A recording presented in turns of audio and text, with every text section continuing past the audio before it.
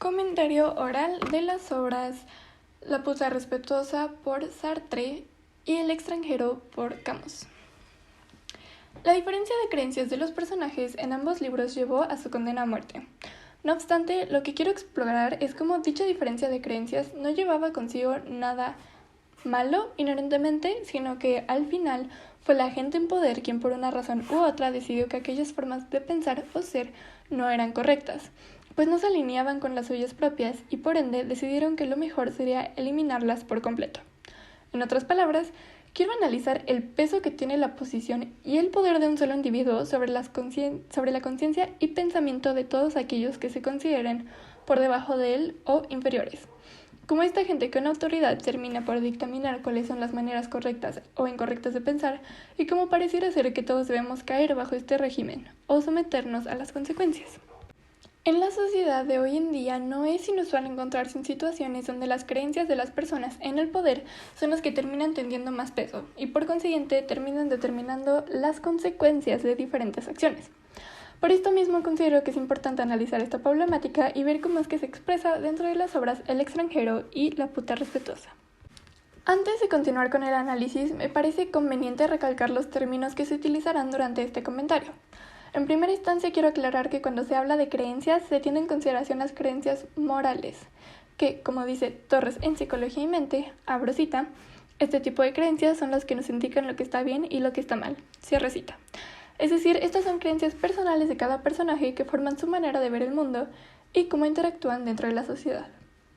Igualmente, cuando hable de diferencias me estaré refiriendo a las diferencias entre ideas, tal como dice Oxford, abro cita, falta de acuerdo, oposición de ideas o disputa, cierro cita. Esto entre los personajes y las figuras de autoridad. Por último, me gustaría aclarar que cuando utilizo los términos bueno y malo, estoy hablando de un lado estrictamente moral, es decir, hablo de lo que usualmente se considera moralmente correcto o incorrecto. Primeramente, analizaré la obra El extranjero, por Albert Camus. Esta obra trata de un personaje llamado Meursault, quien desde el inicio de la obra parece ser distinto a lo tradicional, pues a pesar de que su madre acaba de morir, no parece mostrar emociones fuertes. Esto lo podemos observar desde la primera línea de la obra. Abro cita. Hoy ha muerto mamá, o quizá ayer, no lo sé. Recibí un telegrama del asilo. Falleció su madre. Entierro mañana. Sentidas condolencias. Pero no quiere decir nada. Quizás haya sido ayer. Cierro cita. No parece muy afectado o preocupado por este acontecimiento, de manera que ni siquiera sabe qué día falleció su madre, y no se le nota un gran interés por saber. A partir de aquí podemos asumir que Meursault tiene creencias diferentes a las que consideramos tradicionales, cosa que se irá demostrando a lo largo de la historia. Para ser capaz de analizar cómo es que las creencias de Meursault fueron las que llevaron a su condena de muerte, es relevante enseñar por qué es que son peculiares o fuera de lo convencional. Nosotros como sociedad en general tenemos una idea muy clara de qué es considerado algo bueno o malo y solemos buscar seguir estas definiciones al pie de la letra para evitar entrar en conflictos sociales. Es decir, se está acostumbrado a que ciertos sucesos generan consecuencias específicas. Por ejemplo, como consecuencia de la muerte de alguien cercano se genera el llanto. Cuando estas acciones no tienen las consecuencias esperadas, se considera que es malo, cosa que nos lleva a la conclusión de que, en este caso, lo diferente es malo, aunque esto no sea cierto. Meursault es una persona que no se adhiere a estas consecuencias de las que se habla. Un gran ejemplo de eso es que no derramó ni una lágrima al enterarse de la muerte de su madre, e incluso pareció no tener un gran interés en esta. Tomando en consideración lo que se mencionó anteriormente, se puede llegar a la conclusión de que para la sociedad Meursault es, entre comillas, malo. Otras acciones que nos ayudan a respaldar esta idea son cuando Meursault se consigue una novia al día siguiente de la muerte de su madre, o que no parece estar arrepentido de haber matado a un hombre. Si bien no está dentro de lo convencional la manera de actuar y pensar de Meursault, podemos inferir que mientras estas acciones no afecten a nadie más que a él mismo, no debería de haber un problema en su diferencia de creencias. Sin embargo, el conflicto se genera cuando Meursault mata a un hombre, ya que se convierte en asunto público e involucra a su entorno. Y es cuando realmente esta diferencia de creencias tiene consecuencias graves. Este conflicto comienza en el juicio, donde es notable cómo las creencias de aquellos que están en el poder son las que realmente tienen una importancia. Primeramente, a Meursault se le juzga por el asesinato que cometió, y su postura ante esta situación. Abro cita. ¿Acaso ha demostrado por lo menos arrepentimiento? Jamás, señores. Ni una sola vez en el curso de la instrucción este hombre ha parecido conmovido por su abominable crimen. Cierro cita. Podemos ver claramente, al igual que con la muerte de su madre, que el protagonista no muestra emociones fuertes, e incluso cuando estas pueden ser las que decidan entre su vida y su muerte. A poco tiempo, el juicio se va desviando y se comienza a hablar sobre el si lloró o no en el funeral de su madre. Abro cita del libro. El abogado general le preguntó si por lo menos me había visto llorar. Pérez respondió que no. Cierro cita. Esto lleva a que se comience a preguntar si realmente Merson quería a su madre. A partir de este punto, el juicio ya no es más que el asesinato que cometió, sino acerca de las diferentes creencias que tiene este personaje. Como dice Merson, abro cita, pero no comprendía bien cómo las cualidades de un hombre común podían convertirse en cargos aplastantes contra un culpable. Cierro cita. Y así es como la forma peculiar de pensar de Meursault lo llevó a que lo condenaran a muerte. Considerando todo lo que se menciona anteriormente, podemos ver claramente cómo las creencias de aquellos que están en el poder son las que definen cómo debe actuar el resto de la sociedad. Esto lo podemos analizar simplemente al darse cuenta de que si el juez no hubiera llorado por la muerte de su propia madre, probablemente no hubiera considerado que esto fuera un problema. Es decir, si sus creencias fueran iguales a las del protagonista, el juicio hubiera sido diferente. Esto por la posición de poder en la que se encuentra. Ahora hablemos de la obra La puta respetuosa por Sartre. Esta es una obra teatral que habla acerca de una prostituta que se llama Lizzie, a quien quieren convencer de testificar en contra de un negro por el supuesto crimen de haberla violado. Aunque esto no sea cierto, la realidad es que solo están culpando al negro para justificar el hecho de que un hombre blanco mató a un hombre negro. Lizzie, debido a sus creencias, decide que no va a mentir, pues no los considera correcto. En esta obra podemos notar de manera muy clara las diferencias de poder que existe en una sociedad y cómo es que éstas interfieren en la manera en la que se juzga a otra gente.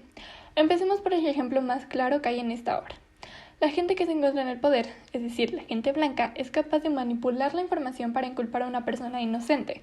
Esto porque dentro de sus creencias es mejor dejar ir al hombre blanco y condenar a muerte al hombre negro. Y debido al poder que tienen, esta opinión tiene más peso sobre el resultado final. Tanto la protagonista como el inculpado en esta obra son personas que no tienen una posición social alta, más bien lo contrario, por lo que parece que su opinión no tiene un valor real dentro de la sociedad. A diferencia de lo que observamos con El extranjero, en este libro parece que las creencias de la protagonista son más cercanas a lo que en nuestra sociedad consideramos correcto. No obstante, los roles parecen invertirse, pues en la sociedad que se plantea en la obra, las creencias de Lizzie son las diferentes y por lo tanto se rechazan. En la obra nos encontramos con una situación en la cual le da poder a Lizzie, pues depende de lo que ella decida hacer es cómo se llevarán a cabo las cosas. Debido a que las creencias de la protagonista no son compatibles con aquella de la gente en poder, parecería ser que la autoridad pierde un poco de este poder y deciden recuperarlo a través de la manipulación, como se muestra en esta parte del libro. Abro cita. Mi hermana, la madre de ese desgraciado Thomas, una pobre vieja que de esta se va a morir. Adiós, hija mía.